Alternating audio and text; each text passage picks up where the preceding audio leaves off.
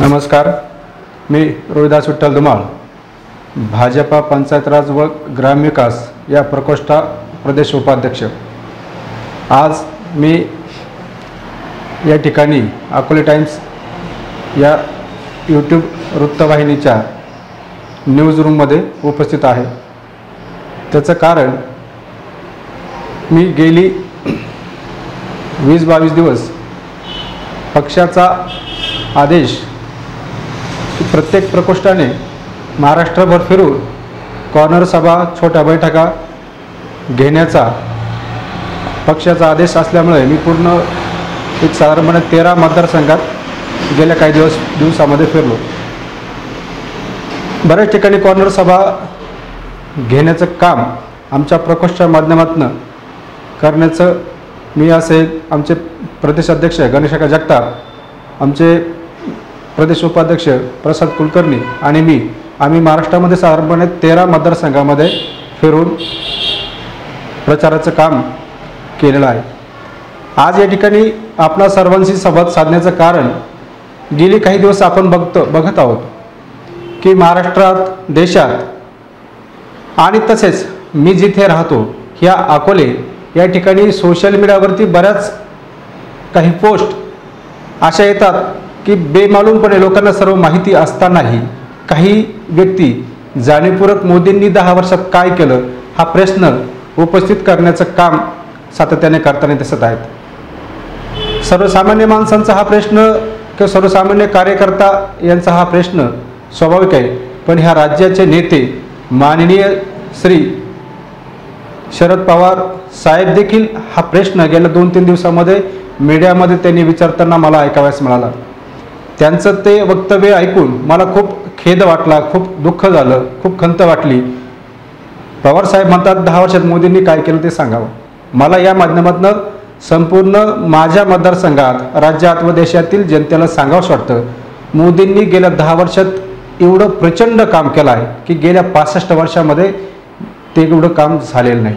आपण जर पाहिलं असेल 65 वर्षात ह्या देशात जेवढ्या काही गोष्टी घडल्यात त्यापेक्षा कितीतरी जास्त काम ह्या गेल्या 10 वर्षात झालेलं आपणास बघावयास मिळतं। आपण पाहिलं तर 10 वर्षापूर्वी 2014 पर्यंत आपण पाहिलं असं काँग्रेस सरकार होतं। मी 60 वर्ष 55 वर्ष काँग्रेसच्या इतिहासाबद्दल बोलणार असं नाही किंवा त्याबद्दल बोलण्यापेक्षा आपण साधारणपणे काँग्रेसची 10 वर्षे आणि मोदींची 10 वर्षे याची जरी तुलना केली तरी सर्वसामान्यांना हे समजून जाईल की मोदीजींनी गेल्या 10 वर्षामध्ये किती काम केलं आहे। आपण पाहिलं असेल 2014 पूर्वी ह्या देशामध्ये आपण पाहिलं असेल कोरोनासारखी महामारी आली, त्यावेळेस ह्या देशामध्ये आरोग्य व्यवस्था याच्यावरती मोठ्या प्रमाणामध्ये चर्चा सर्वत्र झाली। मला आपणास सांगावंसं वाटतं की या देशामध्ये मेडिकल क्षेत्रातलं सर्वोच्च असं इन्स्टिट्यूट जर कुठलं असेल तर ते म्हणजे एम्स। हे एम्स पंडित नेहरूंनी पहिलं एम्स या देशामध्ये स्थापन केलं। दुसरं एम्स ह्या देशात स्थापन होण्यासाठी अटल बिहारी वाजपेयींचं सरकार येण्याची वाट आम्हाला या देशाला पाहावी लागली।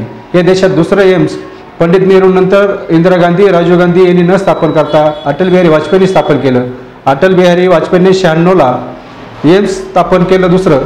त्यानंतर साधारणपणे 6 एम्स अटल बिहारींनी स्थापन केली। मनमोहन सिंगांच्या 10 वर्षाच्या काळामध्ये त्यांनी 2 एम्सची घोषणा केली होती, त्यातलं एकच ते करू शकले। 2014 पूर्वी ह्या देशामध्ये फक्त 8 एम्स होते, आज ती संख्या 15 आहे, म्हणजे 15ने वाढून 23 झालेली आहे। त्यातली 20 कार्यरत आहे, 3 लवकरच कार्यान्वित होणार आहे। आपण पाहिलं असेल ह्या देशामध्ये मोदीजी येण्यापूर्वी 2014च्या पूर्वी MBBSची मेडिकल सीट 51,000 होती, आज ती सीट 1,02,000च्या पुढे गेलेली आहे। म्हणजे मेडिकल क्षेत्रामध्ये मोठी क्रांती ह्या माध्यमातून पाहावयास आपणास मिळत आहे।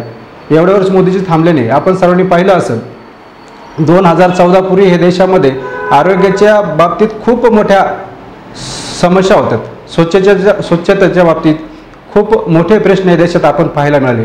आपण पाहिलं असेल 2014 पूर्वी कुठल्या खेडेगावात जायचं झालं तर गावाच्या जाण्याच्या पूर्वीच प्रचंड दुर्गंधी आपल्याला पाहायला मिळत होती। ह्या देशाचे पंतप्रधान झाल्यानंतर मोदीजींनी सर्वात पहिल्यांदा शौचालयाचे स्वच्छ भारत यासाठी या देशातील सर्वसामान्य गोरगरीब नागरिकांना शौचालय देण्याची एक मोहीम हाती घेतली। आपण सर्वांना सांगताना मला आनंद होतो गांधीजींच्या 150व्या जयंतीच्या निमित्ताने 2 ऑक्टोबर 1915ला मोदीजींनी स्वच्छ भारत या योजनेच्या माध्यमातून हे देशात आत्तापर्यंत 12 कोटी शौचालय देण्याचं काम केलं आहे. आपण पाहिलं असेल देशामध्ये मोदीजी ज्यावेळेस शौचालयाबद्दल बोलले त्यावेळेस सर्वांनी त्याचा उपहास उडवला की एक देशाचे पंतप्रधान पण शौचालयाबद्दल बोलत आहेत. पण त्याची क्रांती आज अशी झाली की आज सर्वच ठिकाणी हा जो गावांच्या सुरुवातीला जाताना हा दुर्गंधीचा जो प्रकार होता तो आज थांबताना पाहायला मिळाला. या शौचालयाला उत्तर भारतामध्ये इज्जतघर म्हणतात. त्याचं कारण महिलांचा सन्मान किंवा महिलांची खूप कुचंबना शौचालय नसल्या कारणाने होताना आपण पाहिली. ह्या देशाची पहिली पंतप्रधान आहे की ज्यांनी ही महिलांची समस्या जाणून याच्यावरती काम केलं. यानंतर आपण पाहिलं असेल मोदीजींनी ह्या देशात सत्ता हातात घेतल्यानंतर गोरगरीब सर्वसामान्य मध्यम वर्गांसाठी सर्वात मोठं काम या देशात जर कोणी केलं असेल तर ते मोदीजींनी केलं असेल. आपण सर्वांनी ऐकलं असेल काँग्रेसच्या काळामध्ये राजीव गांधी पंतप्रधान असताना त्यांच्या काळात 2च गोष्टीची चर्चा आजही होते. एक म्हणजे बोफोर्स घोटाळा आणि दुसरं म्हणजे मी 1 रुपया जर पाठवला तर जनतेपर्यंत 10 ते 15 पैसे पोहोचताच असा आरोप स्वतः राजीव गांधींनी स्वतःच्या सरकारवर केला होता. मोदीजींना प्रचंड ह्या देशात काम करायचं होतं. त्याची सुरुवात त्यांनी अगोदर स्वतःच्या मनात केली आणि प्रत्यक्ष योजना ह्या जनतेला द्यायची आहे. यासाठी त्यांनी सर्वात प्रथम 2015 साली जनधन योजनेच्या माध्यमातून ह्या देशात 1.5-2 वर्षामध्ये 50 कोटीपेक्षा जास्त बँकेत खातं काढण्याचं काम ह्या गोरगरीब जनतेचं केलं जर कोणी असेल तर ते मोदीजींनी केलं आहे. मला आपल्याला सांगायला आनंद होतो प्रत्येक सेकंदाला बँकेमध्ये एक खातं तेही कुठलाही 1 रुपया न भरता मोफत काढण्याचं काम ह्या देशामध्ये होताना आपण पाहिलं. एवढ्यावरच मोदीच थांबले नाहीत. हे देशात आपण पाहिलं असेल काँग्रेस काळात फक्त घोषणा दिली जात होती गरिबी हटाव गरिबी हटाव गरिबी हटाव. ह्या गरिबी हटावच्या नाऱ्यावरती इंदिरा गांधीजींनी आणीबाणीनंतर पुन्हा सत्तेत आल्या होत्या. पण प्रत्यक्ष ते पाहताना आपल्याला मिळालं नाही. माननीय श्री नरेंद्र मोदींच्या दूरगामी नीतीच्या जोरावरती आज ह्या देशामध्ये साधारण 25 कोटी जनता गरिबी रेषेच्या बाहेर आलेली आपणास पाहावयास मिळत आहे. खूप मोठी अचिव्हमेंट आहे या देशासाठी. कारण आपण सर्वांनी पाहिलं असेल आपला देश स्वतंत्र झाल्यानंतर ब्रिटनचे कितीतरी पत्रकार असतील हे आपल्याला पुअर अर्थव्यवस्था म्हणून हिणवत होते. देश स्वतंत्र झाल्यानंतरच्या सुरुवातीच्या 30-35-40 वर्षामध्ये ह्या देशाचा GDP 3.5% होता. एवढ्यावर मोदीजी थांबले नाहीत. मला जाणीवपूर्वक आपल्या सर्वांना सांगायचं आहे की आज मोदीजींवर आरोप करताना शेती क्षेत्रासाठी मोदीजींनी काही केलं नाही किंवा शेतकरी मोदीजींच्या याच्यामध्ये नाराज आहे असं बोललं जाते. पण मला आपल्या सर्वांना सांगावंच लागतंय मी फिरलोय साधारण 13 मतदारसंघात. सर्वाधिक खुश किंवा सर्वाधिक समाधानी काँग्रेसच्या काळापेक्षा जास्त समाधानी शेतकरी मोदीजींच्या ह्या 10 वर्षामध्ये पाहावयास आपल्याला मिळत आहे. त्याची कारणही तशीच आहे. आपणा सर्वांना मला सांगताना आनंद होतो मोदीजींनी सर्वप्रथम ह्या देशामध्ये शेतकऱ्यांसाठी प्रचंड मोठ्या प्रमाणात योजना राबवण्याचं काम केलं. त्यातली सर्वात मोठी योजना शेतकरी सन्मान निधी. मला आज सांगावंसं वाटतंय की एका योजनेच्या माध्यमातून मोदीजींनी ह्या देशातील शेतकऱ्यांना आजपर्यंत आपण पाहिलं असेल प्रत्येक शेतकऱ्याच्या खात्यामध्ये योजना सुरू झाल्यापासून केंद्र राज्याचे मिळून 19 हप्ते जमा झालेत. सुरुवातीपासून ज्यांना लाभ मिळाला अशा सर्व शेतकऱ्यांना आज 38,000 रुपये आपल्या खात्यात आलेले पाहावयास मिळत आहेत. या एका योजनेच्या माध्यमातून मोदीजींनी शेतकऱ्यांना दिलेली रक्कम आपण सर्वांनी UPA काळातली शेतकरी कर्जमाफी योजना पाहिली असेल. 70,000 कोटीची कर्जमाफीचा तो आकडा आजही ते स्वतःच्या जाहिरातीच्या माध्यमातून दाखवण्याचं काम करत आहे. त्यातही साधारणपणे 56,000 कोटी रुपयाची कर्जमाफी प्रत्यक्ष आपण होताना पाहिली. मोदीजींनी एका योजनेच्या माध्यमातून देशामध्ये साधारणपणे 11 कोटी शेतकऱ्यांच्या खात्यावर 2,81,000 कोटी रुपये जमा करण्याचं काम केलेलं आहे. म्हणजे यांच्या कर्जमाफीच्या तुलनेत 4 पट ही रक्कम होते. आपणास मला सांगावंसं वाटतं शरद पवार साहेब कृषी मंत्री असताना ह्या देशामध्ये MSPवरती शेतकऱ्यांचं अन्नधान्य खरेदी करण्याचं काम UPAच्या काळामध्ये म्हणजेच काँग्रेसच्या काळात 6 लाख कोटीचं झाले. मोदीजींच्या 10 वर्षाच्या काळामध्ये हेच MSPवरती धान खरेदी गहू असेल धान असेल 18 लाख कोटी रुपये एवढा प्रचंड मोठा 3 पट मोठा आकडा आपणास पाहावयास मिळत आहे. UPAच्या काळात तेलबिया डाळी याची खरेदी MSP वरती 46,000 कोटीची झाली. मोदीजींच्या 10 वर्षाच्या काळामध्ये हीच तेलबिया डाळींची खरेदी साधारणपणे 1.5 लाख कोटीची झालेली आहे. प्रचंड मोठं शेतकऱ्यांमध्ये काम करण्याचं काम मोदीजींनी केलेलं आहे.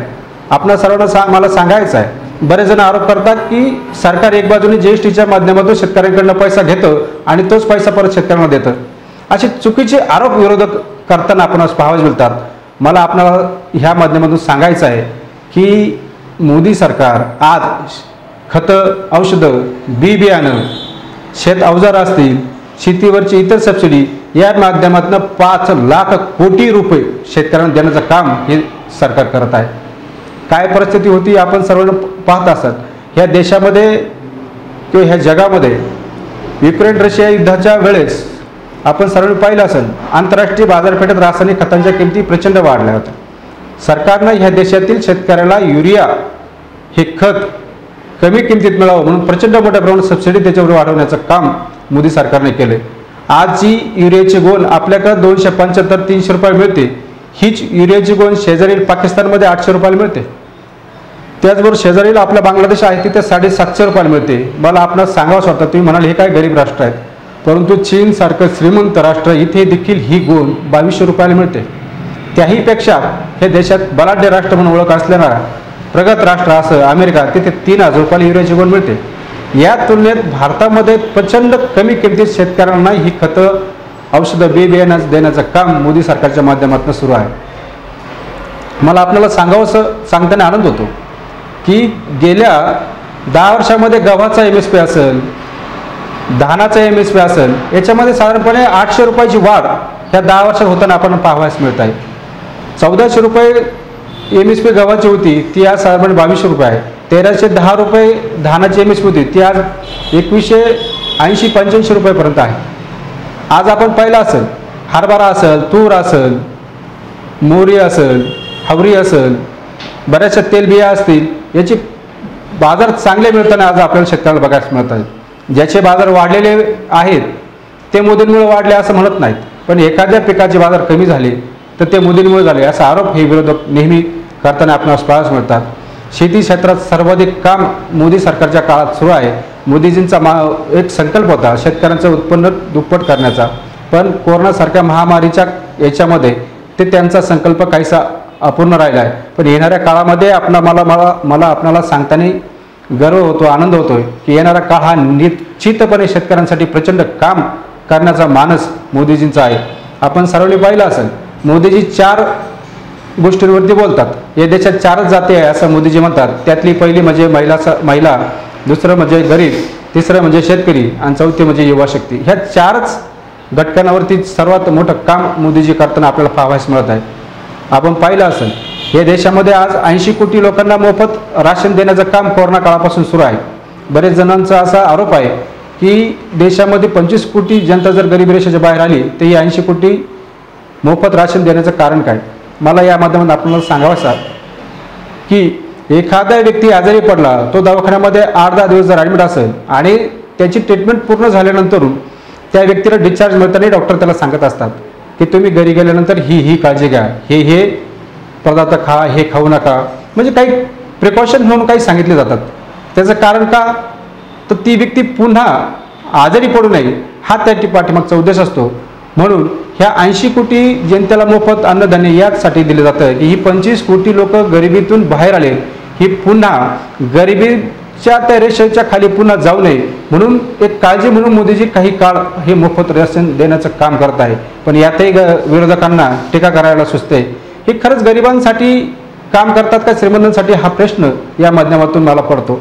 आपण सर्वांनी पाहिलं असेल, हे देशामध्ये आज मला गर्वाने सांगायचं वाटतं, आज हा देश 2014च्या पूर्वी देशाच्या प्रगतीचा वेग आणि ह्या गेल्या 10 वर्षातील देशाच्या प्रगतीच्या वेगामध्ये प्रचंड बदल झालेला आपणास बघावास मिळतो. 2014 पूर्वी हे देशामध्ये 350 स्टार्टअप होते. आज मला सांगताना आनंद होतो की आज साधारणपणे 1,25,000 स्टार्टअप या देशात रजिस्टर झालेले आहेत.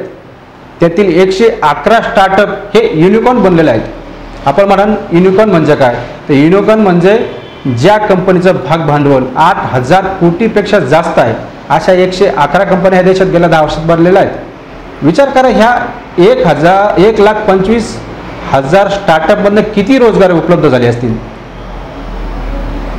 त्याचबरोबर ह्या देशामध्ये मोदीजी येण्यापूर्वी ह्या देशाची सर्वात मोठी इंडस्ट्री ऑटोमोबाईल इंडस्ट्री ही साधारणपणे 4.5 लाख कोटीची होती। आज हीच ऑटोमोबाईल इंडस्ट्री 12.5 लाख कोटीच्या पुढे गेलेली आहे। एकट्या ऑटोमोबाईल इंडस्ट्रीच्या माध्यमातून 4.5 कोटी नवीन रोजगार निर्माण झालेले आहेत। प्रचंड मोठी प्रगती या देशामध्ये आपण पाहावयास मिळतो। याचा परिणाम काय घडला तर ह्या देशामध्ये 2014ला साधारणपणे शेअर्स बाजारचा निर्देशांक 22,000 होता। आज तोच शेअर्स बाजारचा निर्देशांक 75,000च्याही पुढे जाताना आपणास पाहावयास मिळतो। आणि या सर्वाचा परिणाम असा घडला की हा देश 2014 पूर्वी जगात 11व्या स्थानी होता। आज तोच देश 5व्या स्थानी आहे आणि लवकरच येणाऱ्या 3-1 वर्षामध्ये हा देश जगातील तिसरी सर्वात मोठी अर्थव्यवस्था बनलेला आपणा सर्वांना पाहायला मिळणार आहे। मला आपणा सर्वांना सांगू द्यात, देशात आज मोदीजी म्हणतात 2047 विकसित भारत हा संकल्प त्यांनी मांडला आहे। हे मांडण्यापूर्वी असं म्हणतात की कुठलेही युद्ध हे पहिलं मनात आणि नंतर रणात लढतात। तसंच मोदीजींनी ही संकल्पना अगोदर स्वतःच्या मनात पाहिली आणि आज ती देशाला प्रत्यक्ष दाखवली। त्याचं कारण 10 वर्षात झालेला कामाचा वेग। हे पाहता मला तरी शंका नाही की 2047ला देश विकसित भारत होईल। आपण सर्व पाहत असाल, कुठल्याही राष्ट्राच्या विकासामध्ये सर्वात मोठा जर अडसर कुठला असेल तर तो रोड। अमेरिकेचे तत्कालीन राष्ट्राध्यक्ष जॉन एम केनेडी असं म्हणाले होते की अमेरिकेच्या आर्थिक प्रगतीमध्ये सर्वात मोठा अडथळा हा खराब रोड आहे। यावरती मोदीजींनी आल्यानंतर सुरुवातीला सर्वात मोठं काम ह्या माध्यमातून या देशात करण्याचं काम केलं आहे। गेल्या 10 वर्षामध्ये आपण पाहिलं असेल, यूपीएचा 10 वर्षाचा काळ आणि मोदीजींचा 10 वर्षाचा काळ याची जर तुलना केली तर यूपीएच्या 10 वर्षाच्या काळामध्ये हे देशामध्ये 25,000 किलोमीटर हायवे बनले होते। हेच मोदीजींच्या 10 वर्षाच्या काळात 60,000 किलोमीटरचे हायवे या देशामध्ये बनलेले आहेत। माझ्या मतदारसंघात सांगायचं झालं तर या अकोले, संगमनेर, श्रीरामपूर असेल, राहता असेल, तुमचं नारायणगाव असेल, इथली मंडळी पुण्याकडे बऱ्याचदा जाताना आपण पाहावयास मिळाली असेल आपल्याला। अटल बिहारी वाजपेयी 2004ला पंतप्रधान होते तोपर्यंत पुण्याकडनं नाशिकला निघालेला 4 लेन हायवे हा 2004ला मनसरमध्ये राजगुरुनगरमध्ये थांबला। काय पाहावयास मिळालं आपल्याला, पुढच्या 10 वर्षामध्ये तो 1 इंचही पुढे सरकला नाही। हे सर्व तुम्ही आम्ही पाहिले। मोदीजी पंतप्रधान झाल्यानंतर 2014ला पुन्हा तो हायवेचं काम सुरू झालं आणि नंतर तो आज नाशिकपर्यंत पूर्ण होताना आपण पाहायला मिळाले। म्हणजे यातून मला सांगायचे काँग्रेसच्या कामाची पद्धत आणि भाजप मोदीजींच्या कामाची पद्धत यातनं इथली मतदारसंघाच्या लोकांच्या लक्षात नक्कीच येईल। एवढ्यावर मोदीजी थांबले नाहीत। हे देशामध्ये आपण पाहिलं असेल, आम्ही तर असंच म्हणायचो लहान असताना, जुगजुग आगीन गाडी, जुगजुग आगीन गाडी, मामाच्या गावाला जाऊया, पळती झाडे पाहूया। हेच आम्हाला काँग्रेसच्या काळात पाहावयास मिळालं। काँग्रेसच्या काळामध्ये 65 वर्षापर्यंत हे देशात ही जी रेल्वे आहे, हा देशाच्या अर्थव्यवस्थेचा जो कणा आहे, हिचं विद्युतीकरण फक्त 20,000 किलोमीटरचं काँग्रेसच्या काळात झालं होतं। मोदीजींच्या 10 वर्षाच्या काळात 40,000 किलोमीटर रेल्वेचं विद्युतीकरण होताना आपण पाहिलं। वेग बघा, मोदीजी येण्यापूर्वी देशात 5 शहरात मेट्रो होती। मोदीजी आल्यानंतर आज 20 शहरात मेट्रो आपणास पाहावयास मिळत आहे। त्याचं कारण यूपीएच्या काळामध्ये महिन्याला 600 मीटर रेल्वेचं मेट्रोचं विद्युतीकरण होताना आपण पाहिले। मोदीजींच्याच काळात एका महिन्यामध्ये तेच काम 6 किलोमीटर, 600 मीटर आणि 6 किलोमीटर यातला फरक आपण सर्वांना नक्कीच समजतो। हा कामाचा वेग आहे। त्या माध्यमातून आपण पाहिलं असेल यूपीएच्या काळामध्ये साधारणपणे वर्षाला 1400-1500 किलोमीटर रेल्वेच्या नवीन लाईन टाकण्याचं काम या देशात होत होतं। आज तेच काम वर्षाला साधारणपणे 2600 किलोमीटरच्या आसपास होताना आपल्यास पाहावयास मिळत आहे। यात ह्या कामाचा वेग अजूनही वाढताना आपण या देशात बघतोय। देशाच्या आर्थिक विकासामध्ये मोदीजींनी अहोरात्र काम केले। यातनं काय घडलं, ह्या देशामध्ये आपण पाहिलं असेल, इंग्रजांनी फक्त घोषणा द्यायचं, इंग्रजांनंतर जे सत्ता काँग्रेसची आली यांनी फक्त इंग्रजी गुलामीच्या मानसिकतेतून बाहेर न पडता फक्त घोषणा द्यायचं काम केलं। अन्न, वस्त्र, निवारा प्रत्यक्ष देऊ शकले? शंका आहे। मोदीजी यांच्यापूर्वी ह्या देशामध्ये 65 वर्षाच्या काळात सरकारने गरिबांसाठी घरकुल योजना 1,48,000 घर द्यायचं काम केलं। मोदीजींनी 10 वर्षामध्ये 4 कोटी गरिबांना घरकुल योजनेचा लाभ देऊन घर देण्याचं काम केले. त्यातही सर्वाधिक घरे हे महिलांच्या नावावर करण्याचं काम मोदीजींनी करून महिलांचा नारी शक्तीचा सन्मान करण्याचं काम त्या माध्यमातून केलं. आपण सर्वांनी पाहिलं या देशात 12 कोटी शौचालय गेल्या 10 वर्षात झाले. ह्या देशामध्ये गरीब महिलांना गरीब कुटुंबांना साधारणपणे 9.5 कोटी उज्ज्वला गॅस कनेक्शन देण्याचं काम मोदीजींनी गेल्या 10 वर्षात केलेलं आहे. याचबरोबर आपण सर्वांनी पाहिलं असं गोरगरीब जनता वयोवृद्ध व्यक्ती यांचा आरोग्यावरती प्रचंड खर्च, एक तर उत्पन्न कमी त्यातला आरोग्यावरती प्रचंड खर्च होत होता. मोदीजी गरिबीतून किंवा गरीब कुटुंबातून आल्यामुळं त्यांना गरिबीची जाण होती. मोदीजींनी वयस्कर माणसांना नेहमी एक चिंता सतावत होती की आमचं वय झाल्यानंतर आम्ही आजारी पडलो, मोठ्या आजाराने आम्हाला ग्रासलं तर काय. आपण पाहिलं असेल कितीतरी कुटुंब पैसा नसल्यामुळं आपल्या कुटुंबातील आप्तेष्टांचा जीव गमावताना आपण आपल्या आजूबाजूला पाहिलं असेल. मोदीजींनी सर्वप्रथम या देशामध्ये आरोग्याच्या दृष्टीने सर्वात मोठी योजना लागू केली. आयुष्यमान भारत ह्या योजनेच्या माध्यमातून प्रत्येकाला 5 लाख रुपयाचा मोफत उपचार देण्याचं काम ह्या योजनेच्या माध्यमातून सुरू आहे. एका कुटुंबात 4 व्यक्ती पकडले तर एका कुटुंबासाठी 20 लाख रुपये खर्च करण्याची गॅरंटी मोदीजी घेत आहे. खूप मोठं काम या माध्यमातून सुरू आहे. आपल्याला सांगताना मला आनंद होतो की या देशामध्ये 80 कोटी लोकांना मोफत रेशनिंग दिलं जातं. याचाच अर्थ ज्यांना मोफत रेशनिंग मिळतं त्यांना आयुष्यमान कार्ड मिळणार आहे. 80 कोटी लोकांना आयुष्यमान कार्ड या माध्यमातून मिळणार आहे. आतापर्यंत 40 कोटी लोकांना हे कार्ड देण्याचं काम झालंय. एवढ्यावर मोदीजी थांबले नाही. याच वर्षी निवडणुकीचा अर्थसंकल्प मांडताना मोदीजींनी 70 वर्षावरील श्रीमंत गरीब सर्वच वयोवृद्धांना या आयुष्यमान भारतच्या माध्यमातून 5 लाख रुपयाचा मोफत उपचार देण्याचा संकल्प मोदीजींनी घेतला आहे. आपण सर्वांनी पाहिलं असेल startup India, make in India, vocal for local हे शब्द आपल्याला मोदीजी येण्यापूर्वी कधी ऐकायला मिळाले नाही. आज आपण हे सर्व ऐकावयास मिळत आहे. स्वच्छ भारत मिशन या माध्यमातून मोदींनी शौचालय दिले, तेवढ्यावर ते थांबले नाही. आरोग्याच्या दृष्टीने सर्वात मोठी समस्या स्वच्छ पिण्याचं पाणी. हे देशात मला सांगू द्यात, या देशात मोदीजी येण्यापूर्वी खूप कमी घरांमध्ये हे नळ कनेक्शन होते. 2019 पर्यंतचा जर आकडा सांगितला तर 3.5 कोटी घरामध्ये फक्त स्वच्छ पिण्याच्या पाण्याचे नळ कनेक्शन होते. आज मोदीजी जल जीवन मिशनच्या माध्यमातून देशात 3.5 लाख कोटी रुपये खर्च करून आज देशातील 13.5 कोटी घरांमध्ये हे नळ कनेक्शन पोहोचवण्याचं काम मोदी सरकारच्या माध्यमातून आज सुरू आहे. आपण सर्वांनी पाहिलं असेल हा देश स्वतंत्र झाल्यानंतर 65 वर्षामध्ये देखील या देशातील 18,000 गावांमध्ये वीज पोहोचली नव्हती. मोदीजींनी त्या 18,000 गावांमध्ये वीज पोहोचवण्याचं काम देखील केलेलं आपण सर्वांनी पाहिलं असेल.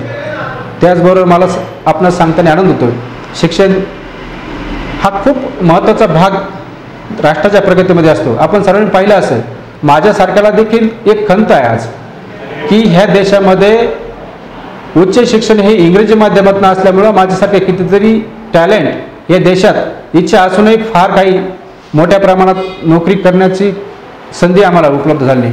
पण आज मोदीजी आल्यानंतर या देशातील शिक्षण क्षेत्रात मोठा बदल पाहावयास मिळत आहे. आज उच्च शिक्षण मातृभाषेतून देण्याचा मानस किंवा सुरुवात येणाऱ्या काळात या देशात होणार आहे. कितीतरी मुलं यामुळे मेडिकल क्षेत्रात जाऊ शकतील, MBBS डॉक्टर होऊ शकतील, इंजिनियर होऊ शकतील, IIT करू शकतील.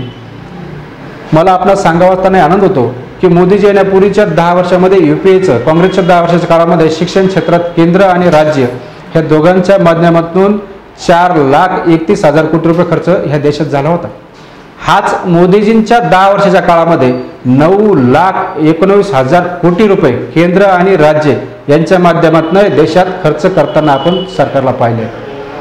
शेती क्षेत्रामध्ये मगाशी मी सांगितलं, मला आपल्या सर्वांना सांगू द्यात की सरकार शेतकऱ्यांचं फक्त आम्ही शेतकऱ्यांच्या हिताचं काम करतो असं फक्त आणतात, खोटा प्रचार करतात.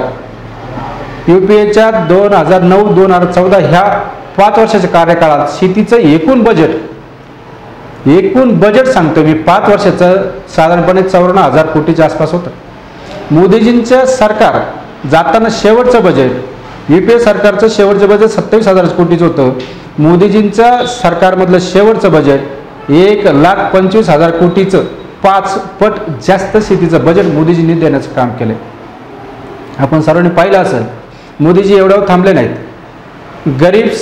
गरिबांसाठी खूप मोठ्या प्रमाणात योजना आणून गरिबांचं कल्याण त्या माध्यमातून करण्याचं काम मोदीजींनी सुरू केलेलं आहे. आपण सर्व पाहत असाल समाज कल्याणच्या माध्यमातून केंद्र सरकार काही निधी खर्च करत आहे. तर ज्या माध्यमातून दलित वस्ती विकास असेल, इतर मागासवर्गीयांचा विकास असेल, यासाठी UPAच्या काळामध्ये 5 वर्षात 90,000 कोटी खर्च झाला. मोदीजींच्या त्या 10 वर्षामध्ये साधारणपणे 90 ते 54,000 कोटी या माध्यमातून UPA सरकारने केला. त्याच 10 वर्षामध्ये मोदीजींच्या त्या 10 वर्षाच्या काळात 3,34,000 कोटी रुपये खर्च करण्याचे काम केले समाज कल्याणच्या माध्यमातून. खूप मोठा बदल या 10 वर्षात आपण होताना पाहिला आहे. आज शेती क्षेत्रामध्ये मोदीजींचा शेतीला शेतकऱ्यांच्या मालाला बाजार मिळावा यासाठी अन्न भंडारण योजना येणाऱ्या काळात सुरू होणार आहे. या माध्यमातून कोल्ड स्टोरेज व अन्न साठवण गोडाऊन 2 लाख निर्माण करण्याचा उद्देश मोदीजींचा आहे.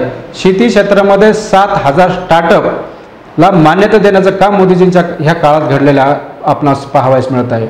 आपण सर्वांनी पाहिलं असेल 2019ला उद्धव ठाकरे यांनी भाजपच्या पाठीत खंजीर खुपसून काँग्रेसबरोबर जाण्याचं काम केलं. खरं तर ही ह्या राज्यातील जनतेसाठी मोठी विचित्र गोष्ट होती. साप आणि मुंगूस दोस्ती करताना ह्या राज्यातील जनतेने पाहिलंय. काँग्रेस आणि शिवसेना एकत्र कधीच येऊ शकत नाही, ही काळ्या दगडावरची रेस होती. पण उद्धव ठाकरेंनी मुख्यमंत्री पदाच्या लोभासाठी तेही काम करताना आपण पाहिलं. त्या 2.5 वर्षामध्ये कुठल्याही प्रकार शेतकी क्षेत्रामध्ये फारसं काम होताना आपल्याला पाहावयास मिळालं नाही. फडणवीस साहेब मुख्यमंत्री असताना 5 वर्षामध्ये ह्या राज्यामध्ये जवाहर योजनेच्या माध्यमातून 1,71,000 विहिरी देण्याचं काम शेतकऱ्यांना झालंय. त्याचबरोबर फडणवीस साहेबांच्या 5 वर्षाच्या कार्यकाळात साधारणपणे 1,61,000 शेततळी हे राज्यात दिली. गेल्या आघाडीच्या 2.5 वर्षात यातलं काही घडताना आपण पाहावयास मिळालं नाही. मला आपल्याला शेवटचे 1-2 मुद्दे सांगायचे आहेत.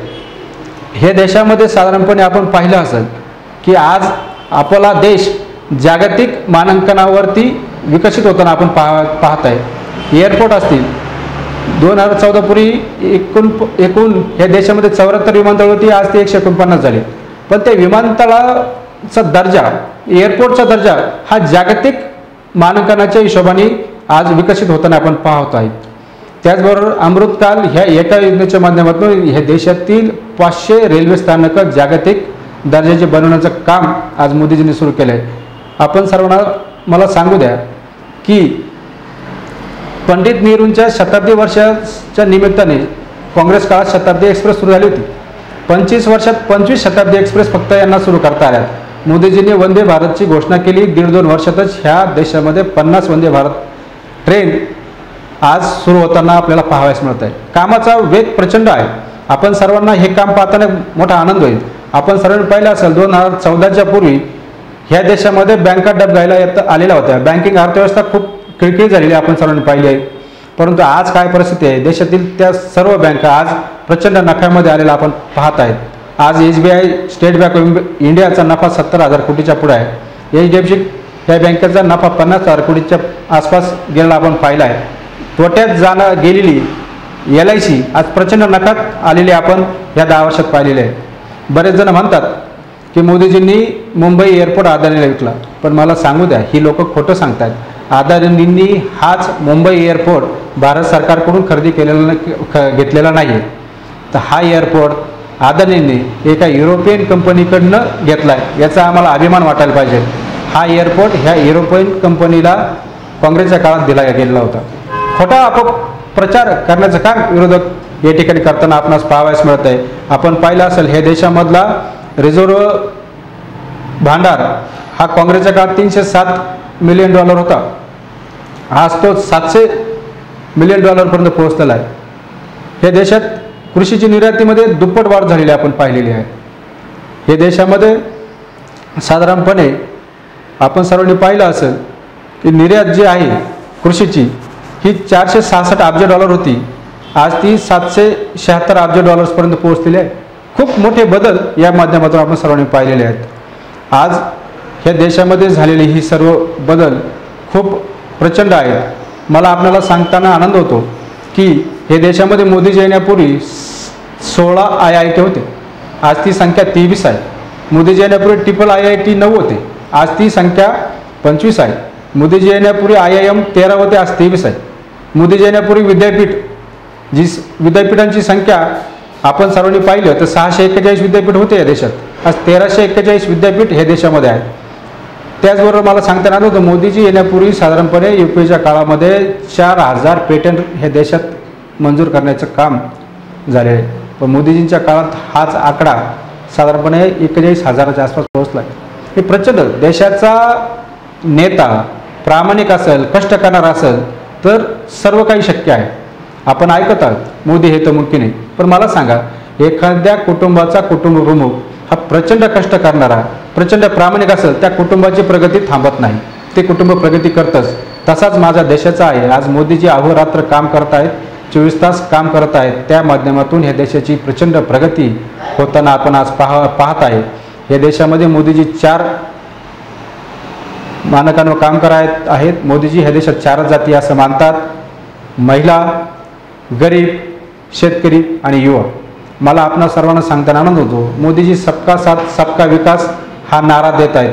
आपण पाहिलं असेल या देशात मोदीजींनी कधीही कोणाच्या बाबतीत भेदभाव केला नाही. आज मुस्लिम समाजाच्या बाबत सांगायचं झालं तर प्रचंड मोठ्या प्रमाणात ह्या योजनांचा लाभ हा समाज घेताना आपण सर्वांनी पाहिले. आयुष्यमान कार्डचा सर्वाधिक लाभ ह्या समाजातील माणसं आज घेत आहेत आणि त्या माध्यमातून ते प्रचंड आनंद व्यक्त करताना आपणास पाहावयास मिळत आहे. घरकुल योजना प्रचंड मोठ्या प्रमाणामध्ये लाभ आज मुस्लिम देखील घेत आहेत, हिंदू समाज घेत आहे, इतरही समाज घेत आहे. कुठलीही योजना देताना मोदीजींनी भेदभाव केलेला नाही हे आपणास पाहावयास मिळत आहे. आणि याचमुळे आपण सर्वांनी पाहिलं असेल की काँग्रेस मोदीजींवर काहीच नाही, एवढं काम केल्यानंतर आरोप करायला काहीच नाही, म्हणून यांनी एक नवीन आरोप सुरू केला आहे की मोदीजी किंवा हे सरकार आल्यानंतर हे 400 पारची ही जी घोषणा देतात हे या माध्यमातून हे देशाचं संविधान बदलण्याचं काम करते. पण मला आपणा सर्वांना सांगू द्या, किती खोटा प्रचार ही मंडळी करते. हे देशामध्ये आतापर्यंत 106 वेळा घटना दुरुस्त्या झाल्यात. त्यातल्या 80 घटना दुरुस्ती, 80 वेळाची घटना दुरुस्ती एकट्या काँग्रेस काळात झाली. आपण सर्वांनी पाहिलं असेल हे देशाचं संविधान डॉक्टर बाबासाहेब आंबेडकरांनी लिहिलं आहे. परंतु असं उपहासाने म्हटलं जातं की ह्या देशाचं मिनी संविधान ह्या देशात 1976ला आणीबाणीच्या काळात इंदिरा गांधींनी लिहिले. हे देशाच्या संविधानामध्ये प्रचंड बदल करण्याचं काम त्या काळात 2/3 इतका मोठा बदल ह्या मिनी संविधानाच्या वेळेत काळात करण्याचं काम या काँग्रेस आणि इंदिरा गांधींनी केले. मला आपल्याला सांगू द्यात की देशाच्या संविधानाचा आत्मा, प्रिॲम्बल, प्रस्तावना यामध्ये देखील काँग्रेसने बदल करण्याचं पाप केलं आहे. देशाच्या संविधानामध्ये प्रस्तावनेत धर्मनिरपेक्ष हा शब्द 1976ला घालण्याचं पाप काँग्रेसने केलं आहे. त्यावेळेस समानता, समाजवाद हे 3 शब्द या देशाच्या घटनेत बाबासाहेबांना अपेक्षित नसताना ह्या काँग्रेसने घालण्याचं पाप केलं आहे. काँग्रेसच्या काळामध्ये आपण पाहिलं असेल, मला सांगू द्या, अभिमानानं सांगू द्या, मोदीजींच्या 10 वर्षाच्या काळात एकदाही लोकनिर्वाचित सरकार बरखास्त करून राष्ट्रपती राजवट लागू केलेली नाही. पण काँग्रेसच्या काळामध्ये साधारणपणे 90 वेळा घटनाची पायमल्ली करत राज्य सरकार बरखास्त करून राष्ट्रपती राजवट लागू करण्याचं काम केले. इंदिरा गांधीने एकाच वेळेस 9 राज्य सरकार बरखास्त करण्याचं पाप या देशात करताना आपण पाहिलं आहे. मला आपणा सर्वांना सांगू द्या, घटनेत एवढे मोठे बदल ह्या काँग्रेस काळात झाले. मोदीजींनी फक्त घटनेत झालेल्या काही चुका, काँग्रेसने काही चुका करून ठेवल्या त्या दुरुस्त करण्याचं काम मोदीजींनी केले, दुरुस्त करण्याचं काम केलं हे मी जबाबदारीने सांगतो. मोदीजींनी घटना दुरुस्ती करताना सर्वात पहिल्यांदा हे देशात एक देश एक टॅक्स यासाठी GST यासाठी घटना दुरुस्ती केली. त्यानंतर मोदीजींनी ह्या देशावरती लादलेलं किंवा ह्या देशात एक देश 2 संविधान, एक देश 2 निशाण हे ह्या देशामध्ये काँग्रेसच्या काळात असताना आपण पाहायला मिळालं. 370 कलम रद्द करण्याचं काम मोदीजींनी करून घटनेत दुरुस्त करून हे 370 कलम रद्द करून हा देश एक संघ बनवण्याचं काम मोदीजींनी केलंय. आज आपण सर्व पाहत असाल ह्या देशामध्ये देशाचे गौरव म्हणून आमच्याकडे सांगायसाठी फक्त 1-2 गोष्टी होत्या. त्यात काय आम्ही देशाचा गौरव म्हणून सांगायचं झालं तर आम्ही सांगायचो ताजमहल, कुतुब मिनार, हे मोगलांनी बांधलेल्या ह्या वास्तूंचाच गर्व आज आम्हाला काँग्रेस काळात सांगायला लागत होता. पण आज गेल्या 10 वर्षात खूप मोठा बदल झालेला आपण पाहावं मिळत आहे. आज या देशामधील जगातील सर्वात मोठं सोलर विंड पार्क आज भारतात बनत आहे. जगातील सर्वात उंचावरचा रेल्वे ब्रिज आज भारतात बनत आहे. जगातील सर्वात मोठं म्युझियम, संग्रहालय आज दिल्ली येथे भारतात बनत आहे. जगातील सर्वात उंच पुतळा आज भारतात स्टॅच्यू ऑफ युनिटीच्या नावाने आहे। जगातील सर्वात मोठं क्रिकेट स्टेडियम आज भारतामध्ये आहे। जगातील सर्वात उंचीवरचा सर्वात लांब टनेल आज भारतात आहे। जगात सर्वात उंचीवरचा सर्वात मोठा मोटरेबल रोड आज भारतात आहे। ही गौरवास्पद चिन्ह आहेत। या देशाच्या गौरवामध्ये सर्वात मोठी भर टाकण्याचं काम मोदीजीच्या माध्यमातून या देशात होताना पाहिलं। हे देशाची सांस्कृतिक विरासत असलेली राम मंदिर गेल्या 500 वर्ष आम्हाला या देशात ह्या रामाच्या मंदिराची स्थापना होण्यासाठी आम्हाला 500 वर्षाची वाट पाहावी लागली। राम मंदिर हे देशाच्या संस्कृतीचा गौरव आहे। ह्या देशाच्या गौरवाचं ते एक मानचिन्ह आहे। आपण पाहिलं असेल हे सर्व मोदीजींच्या काळात होताना जर आपणा सर्वांना बघायला मिळालं असेल तर मग का नाही मोदीजींच्या समोर एकही नेता त्या ताकदीचा आपणास पाहावयास मिळत नाही। आज आपण पाहत असेल जग आज युद्धाच्या उंबरठ्यावर उभा आहे। आज काय परिस्थिती आहे? आज फिलिस्तीन, इस्रायल असेल, इराक असेल, सिरिया असेल, तुमचं युक्रेन असेल, रशिया असेल, ह्या देशामध्ये ह्या देशाच्या सीमा सुरक्षित नाही। पण आज मोदीजींच्या प्रचंड अशा ताकदीच्या जोरावर, मोदीजींच्या जगात वाढलेल्या गौरवाच्या ताकदीवर आज आपल्या देशाकडं कोणाची वाकड्या नजरेने पाहण्याची हिंमत होत नाही। या देशाच्या सीमा आज जर सुरक्षित आहेत तर त्या मोदींमुळं। आज राजकीय विरोध ठीक आहे, बरीच मंडळी राजकीय विरोधक असावेत, नाही असं म्हणत नाही। मोदींचा विरोध राजकीय स्वरूपात असावा तो जरूर करा, पण आज दुर्दैव या देशाचं आहे की कितीतरी मंडळी मोदीजींचा विरोध करता करता आज देशाचा विरोध करताना पाहावयास मिळत आहे। देशात झालेली चांगली कामं, देशाचे गौरव, देशाचा विकास नाकारण्याचं काम ही काही मंडळी करत आहे। माझं आपणा सर्वांना आव्हान आहे की आपण मोदीजींचा विरोध जरूर करा, विचारसरणीचा विरोध जरूर करा, पण ह्या देशाचा विरोध मोदीजींच्या विरोधाबरोबर करू नका ही आपणा सर्वांना विनंती करतो। त्यानंतर नारी शक्तीचा सन्मान करण्यासाठी म्हणून यापूर्वीचे सरकार महिला आरक्षण फक्त बोलत आले, देण्याची हिंमत कोणी केली नाही। मोदीजींनी त्यांच्या कार्यकाळात नारी शक्तीचा सन्मान करण्यासाठी घटना दुरुस्ती करून 33% आरक्षण देण्याचं काम मोदीजींनी केलं आहे। आपण सर्वांनी पाहिलं असेल अशा पद्धतीच्या एक महिलांना म्हणजे मुस्लिम महिलांना 3 तलाक यातून मुक्त करण्यासाठी घटना दुरुस्ती, म्हणजे देशाच्या हितासाठी थोड्याशा घटना दुरुस्ती करण्याचं काम मोदीजींनी केलं आहे। पण काँग्रेसने प्रचंड चुका केलेल्या आहेत, प्रचंड वेळा घटना बदलण्याचं काम केलेलं काँग्रेस आज मोदीजींना आरोप करताना आज ही हास्यास्पद बाब आहे। म्हणून मला या ठिकाणी आपणास सांगायचं आहे की आपण सर्वांनी ह्या वेळेचं निवडणूक ही पुन्हा ग्रामपंचायतसाठी नाही, ZP साठी नाही आहे, राज्यासाठी नाही आहे, ही निवडणूक ही राष्ट्राची निवडणूक आहे।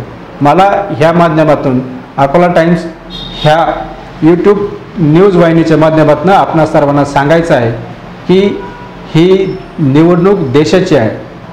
मोदीजींचे हात बळकट करण्यासाठी आपण सर्वांनी मोदीजींच्या पाठीशी उभं राहण्याचं काम करावं अशी माझी आपणा सर्वांना विनंती आहे।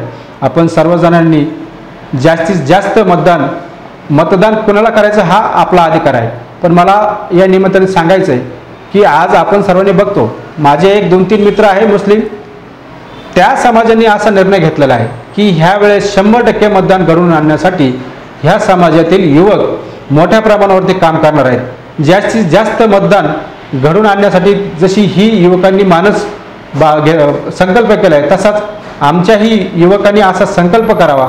जास्तीत जास्त आपल्या आजूबाजूच्या घरांमधील वयोवृद्ध असेल इतर लोकांनी मतदान घडवून आणण्यासाठी प्रयत्न करावेत, राष्ट्रहितासाठी काम करावं असे मी आपणा सर्वांना नम्र विनंती करतो आणि थांबतो। आपली माणसं आपलं दुकान श्री स्वामी समर्थ क्लॉथ आणि मॅचिंग सेंटर, तसेच श्री स्वामी समर्थ एंटरप्राइजेस होलसेल कापड दुकान। अकोलेकरांच्या पसंतीस उतरलेलं कापड विश्वातील लोकप्रिय नाव म्हणजे श्री स्वामी समर्थ कापड दुकान। मनमोहक वस्त्रालंकार, वाजवी किंमत आणि विनम्र सेवा। 6 वार साडी, 9 वार sari, Banarasi silk, suiting, shirting, Manchar टोपी, टॉवेल, शाल, नॅपकिन, फेटा, इनरवेअर आदी साहित्य एका छताखाली। लग्न बस्त्यासाठी खास अद्ययावत व्यवस्था, तसेच लग्न बस्त्यावर ट्रॉली बॅग फ्री।